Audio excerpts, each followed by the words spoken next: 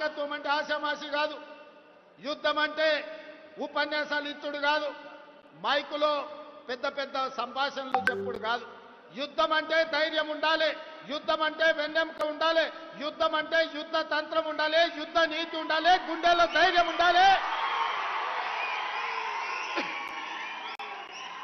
గుండెల్లో ధైర్యం ఉన్న నాయకుడే యుద్ధాన్ని గెలిపిస్తాడు, యుద్ధ తంత్రాన్ని పన్నగలుగుతాడు. అందుకే ఇవాళ తండాలలో, గూడాలలో, మారుమూల పల్లెలో, భారతదేశం నలుమూలల 140 కోట్ల ప్రజలు ఇవాళ ఆనాటి ఇందిరమ్మని గుర్తు చేసుకున్నారు. 1967లో చైనా అతి తెలివితేటలు ప్రదర్శించి భారతదేశం మీద యుద్ధం ప్రకటించింది.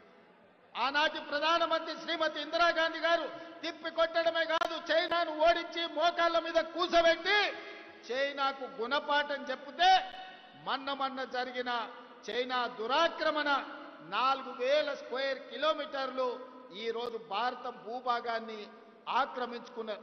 కర్నల్ సంతోష్ బాబు సూర్యాపేట కోదాడ బిడ్డ, ఉత్తమ్ కుమార్ రెడ్డి గారి నియోజకవర్గానికి సంబంధించిన కర్నల్ మన ఆర్మీ జవాన్ను చైనా పొట్టన పెట్టుకుంటే కనీసం నరేంద్ర మోడీ గారు చైనాకు తిరిగి జవాబు చెప్పే పరిస్థితిలో లేరు.